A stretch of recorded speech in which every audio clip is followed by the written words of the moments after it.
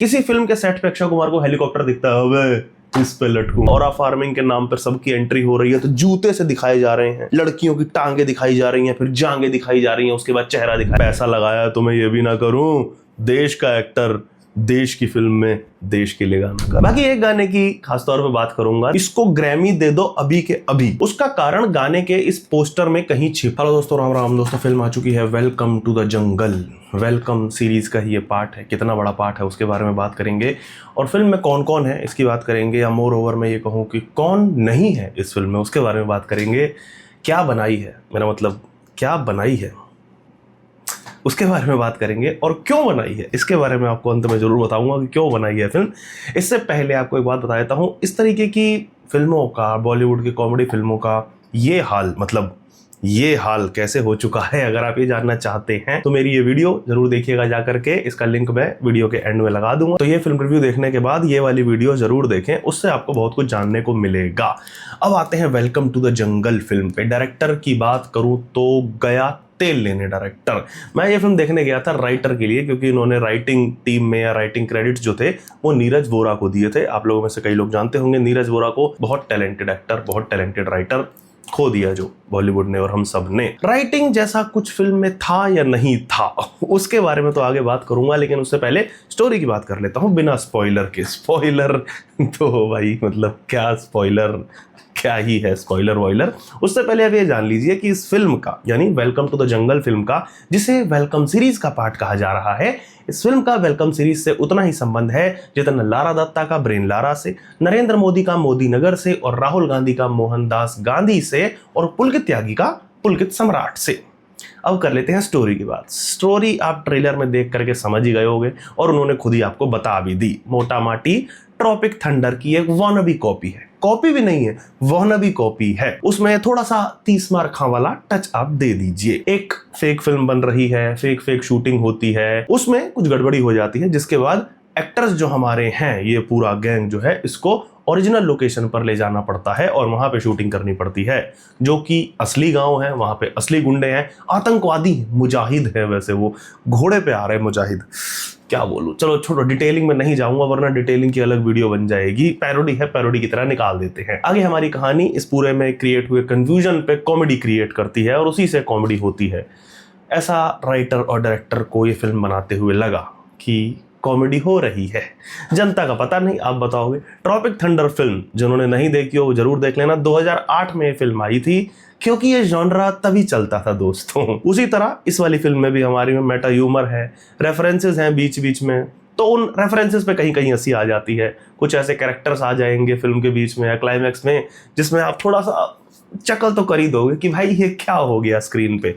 वैसे तो आप पूरे 2.5 घंटे में यही कर रहे होगे, ये क्या हो गया स्क्रीन पे।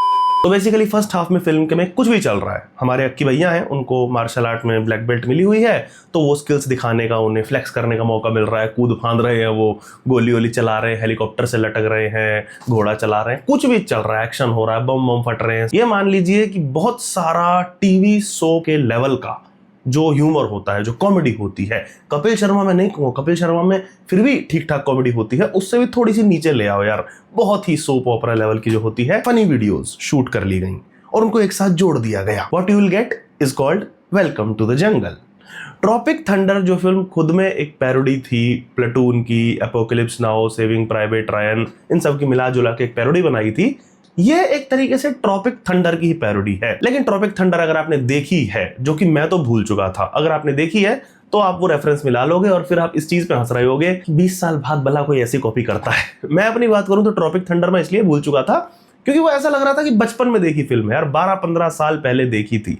और बॉलीवुड का एक हगियापा या मजाक, दोनों ही मैं कह दूं, वो यही है। ये लोग हॉलीवुड की फिल्में भी वो उठा रहे हैं जो नॉर्मल जनता भूल चुकी है या फिर भूल जाना चाहती है। एग्जाम्पल के रूप में वो ढक्कन आमिर खान फॉरेस्ट गंप उठा रहा है। अब सोचो, जो फिल्म 1994 में भी अपने हगियापे के चलते, फालतू के एजेंडा के चलते हिट कही जाती थी, जिस फिल्म का कंक्लूजन ये था कि एक बावली हिप्पी जो नशे करके आधे देश के साथ सेक्स करे पड़ी है, वो लास्ट में बच्चा पैदा कर लेती है और उस बच्चे को फॉरेस्ट गंप को पालना है। ये फिल्म का सार निकल रहा था, क्योंकि वो हिप्पी मरने वाली है शायद किसी एसटीडी से। वाह, क्या सीख दे रही है फिल्म।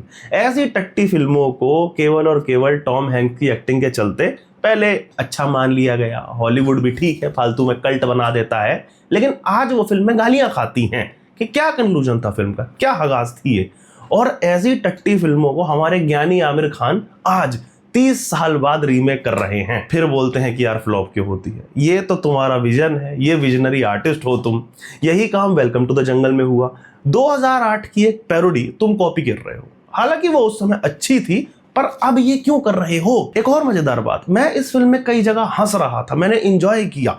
जो स्क्रीन पर चल रहा था वो देखकर नहीं, इस फिल्म के मेकर्स पर, बॉलीवुड पर, कि भाई वाह क्या आगाज है ये। वही जैसे गुंडा टाइप की फिल्में होती है ना, उनके जैसा सीन एकदम। दूसरी फिल्मों के रेफरेंस लिए गए हैं, मजे लिए गए हैं, वो हल्के फुल्के कई पॉइंट्स हैं फिल्म में जो आपको कई बार नॉर्मली भी हंसा देंगे। बाकी वही मीम मटेरियल जिसपे आप नॉर्मली हंसते हैं सोशल मीडिया पे, उसी को स्क्रिप्ट में लिख दिया गया है। मैंने अपनी इस वीडियो में चीज क्लियरली मेंशन की थी, आप जाकर के देखेंगे तो आप समझ जाएंगे मैं क्या कह रहा हूं। रवीना टंडन, अक्षय कुमार, इनका मेटा ह्यूमर, अलग अलग कैरेक्टर्स जो हमारे हैं वो अपनी ही फिल्मों के रेफरेंस ले रहे हैं, चाहे वो राजपाल यादव हो, जॉनी लीवर, अरशद वारसी, सब अपनी ही पैरोडी हैं, अपनी ही पुरानी फिल्मों के उनके रोल्स के रेफरेंस ले करके आपको हंसाने की कोशिश कर रहे हैं। एक्टिंग की बात करूं तो भाई किस की बात करूं या किसकी बात ना करूं, जैसा कि मैंने बताया आधा बॉलीवुड है फिल्म में।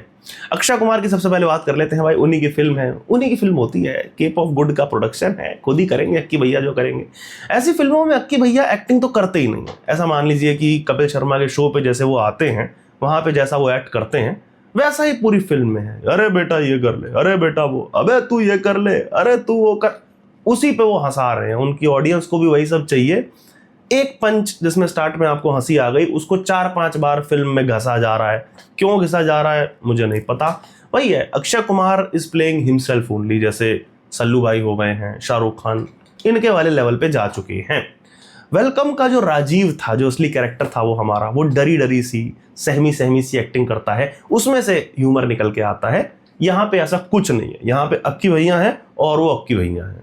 सुनील शेट्टी वो येड़ा अन्ना बने हैं, उनका रोल लिटरली आवारा पागल दीवाना का जो उनका येड़ा अन्ना वाला रोल था वही है कि ये होता है ना, अरे वो होती है ना, वो जो 4-5 को अंदर ले लेती है, वो जो बड़ा सा काला सा होता है ना, वो जो साथ में रहता है, जो 4-5 को एक साथ अंदर ले लेती है ना, वो। एडल्ट बात मत कर इधर, माँ बहन। हंसी आती थी यार इस चीज पे 2006 में, 7 में। अब अगर आप उस पे हंसाने की कोशिश करोगे, सुनील शेट्टी की एक्टिंग का इसमें कोई लेना देना नहीं है, वो तो राइटर जैसे डायलॉग लिखेगा वो तो बोलने पड़ेंगे, पर वही है ना, इस तरीके की कॉमेडी यार 20 साल हो गए, कुछ नया लिखो ना। लेकिन हाँ, अन्ना की एक्टिंग की बात करें तो इन लोगों की एक्टिंग पे अब उस तरीके से कमेंट नहीं किया जा सकता। सुनील शेट्टी, अक्षय कुमार ये काइंड ऑफ मोनोटोनस से हो गए हैं। इस तरीके के रोल इनको बहुत करते हुए देख लिया है, ठीक लगते हैं, बट कुछ नया, कुछ अलग आप एक्सपेक्ट ना करें। परेश रावल वो डायरेक्टर बने हैं इस फिल्म के, जो फेक फिल्म अंदर चल रही थी। थोड़ा सा रोल उनका वो भागम भाग के जो डायरेक्टर थे ना वहाँ पे प्ले के, वैसा सा है। एक्टिंग अगर आप कंपेयर करने की कोशिश करोगे तो वैसा सही लगेगा कि 2 हीरोज के बीच में या बहुत सारे हीरोज के बीच में एक डायरेक्टर फंस गया है। लगभग वैसा सा ही रोल राजपाल यादव का भी है, जॉनी लीवर का भी है, डायरेक्टर प्रोड्यूसर टाइप।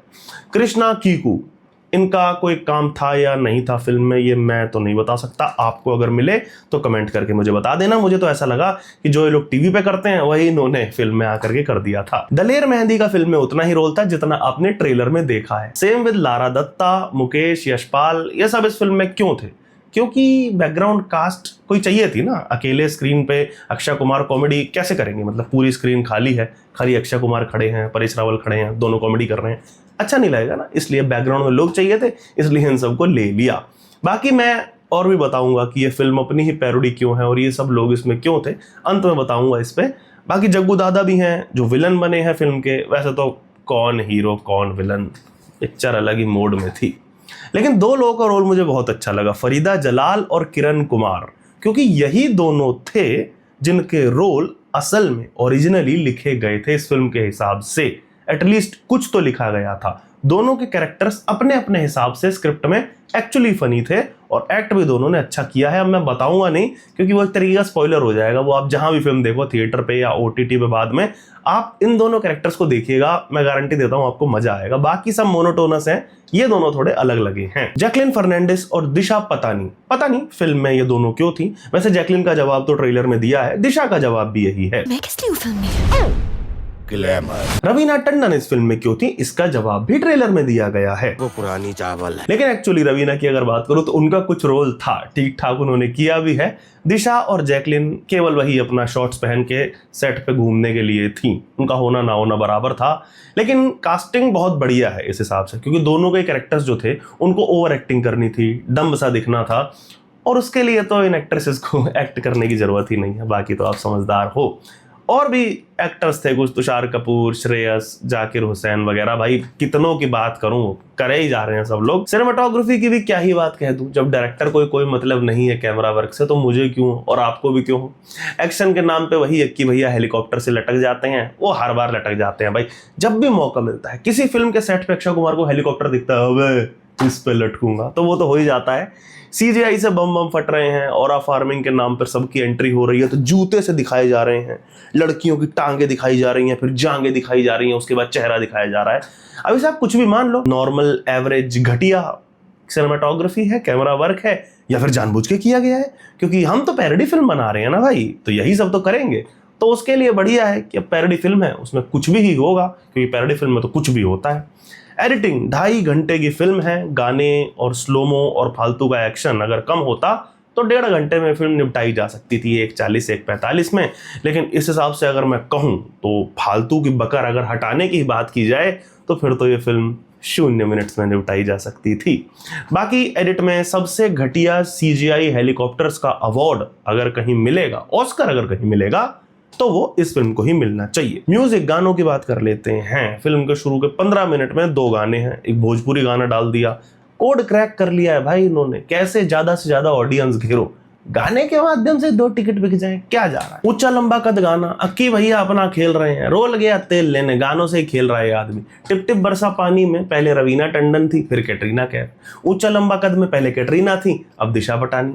देखा जाए तो वैसे ये फिल्म इंडस्ट्री पर एक पूरा सटायर है, इन चारों गानों की अगर हम बात करें, कि यहाँ एक्ट्रेसेस का रोल जो होता है ना हमारी इंडस्ट्री में, एक आइटम गर्ल या एक आई कैंडी से ज्यादा कुछ नहीं होता। डर्टी पिक्चर का वो डायलॉग था ना कि पब्लिक सामान देखती है, दुकान नहीं, ये उसी का एक परफेक्ट एग्जाम्पल है कि लगभग एक 30 साल पुरानी फिल्म के गाने में कैटरीना ने रवीना को रिप्लेस कर दिया था, और एक 20 साल पुराने गाने में दिशा ने कैटरीना को रिप्लेस कर दिया। लेकिन मेल लीड सबका वही है, क्योंकि मेल से किसी को फर्क ही नहीं पड़ता ना। ये दोनों गाने या इनकी कास्ट, फीमेल स्टार कास्ट वही थी जिसमें लोग फीमेल को ताड़ रहे थे। तो फीमेल चेंज हो जाए, पब्लिक सामान देखती है, दुकान नहीं। क्योंकि फिल्मों का भी तो वही है ना भाई, कि प्रोडक्शन हाउस जिसका उसकी चलेगी। और फीमेल सेंट्रिक फिल्म बनाने की अगर हम बात कर ले तो ये नेपो बेबियां फिर वही अल्फा बीटा के नाम पे हग रही हैं। कुछ गुंजन सक्सेना जैसे अच्छे प्रोजेक्ट्स भी बर्बाद कर दे रही हैं। एक वो कंगना है, कभी एक्टिंग किया करती थी, अब सरकारी फिल्मों से बाहर नहीं आ पा रही हैं, तब भी चल नहीं पा रही। बात इंडस्ट्री की करें या प्रोड्यूसर्स के लेवल पर करें कि प्रोड्यूसर्स में अगर फीमेल रिप्रेजेंटेशन होगा, जो कि 1-2 नाम है वैसे तो, क्योंकि भाई ऐसा ही माना जाता है ना कि भाई जो प्रोड्यूसर होगा यानी जिसका पैसा होगा वो अपने हिसाब से फिल्म बनाएगा। मर्द की जेब में पैसा होगा तो वो मर्द को ही हीरो बनाएगा ना, और फीमेल को आई कैंडी की तरह रखेगा। लेकिन अगर फीमेल की जेब में पैसा होगा तो वो आई कैंडी छोड़ो, वो तो सीधा फीमेल को सेक्स ऑब्जेक्ट बना देगी। क्यों, झूठ बोल रहा हूं क्या मैं? अरे कसम से बता रहा हूं दोस्तों, हनुमान जी की बालाजी की कसम, बाकी तो आप समझदार हो।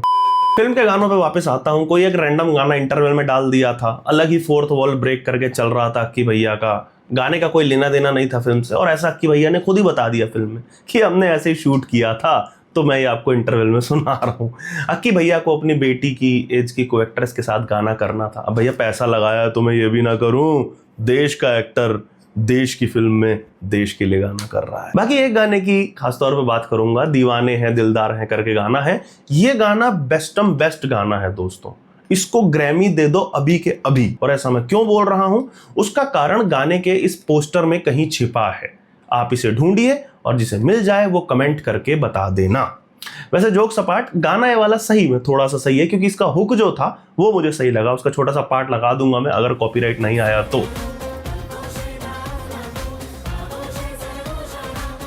कैची था और अंत का काफी मस्त वो 90s वाली वाइब आ गई के ऑटोमेटिक रिमिक्स हो जाता था ना गाना, जब लास्ट में गुंडे आने वाले होते थे, तो वैसी सी वाइब थी इसमें। बाकी लास्ट में फिल्म की ओवरऑल बात करूं तो सर पैर कुछ नहीं है भाई फिल्म का, कैरेक्टर्स का एक्सपेक्ट भी मत करिएगा, और वो तो आप ट्रेलर देख के समझ गए होंगे कि यार सिर पैर तो नहीं है फिल्म का। इसे गलत भी नहीं कह सकते भाई, क्योंकि अब मैंने कहा ना पैरोडी है, कुछ भी होना था, पैरोडी में तो कुछ भी होता है। लेकिन निराशा वही है मेरी, जैसा कि मैंने अपनी वीडियो में भी बताया था इस वाली में, कि जोक्स नए नहीं लिख रहे हैं, राइटिंग नई नहीं हो रही है, कैरेक्टर्स नए नहीं लिख रहे हैं। इस फिल्म में मुझे 2 कैरेक्टर्स, जैसा कि मैंने बताया, किरण कुमार और फरीदा जलाल, उनके कैरेक्टर्स नए थे, बाकी सब कुछ ना कुछ पैरोडी सी ही कर रहे थे। नीरज वोरा को बस क्रेडिट ही दे दिया इन्होंने स्टोरी का, उनसे कुछ प्रोडक्टिव लिया नहीं।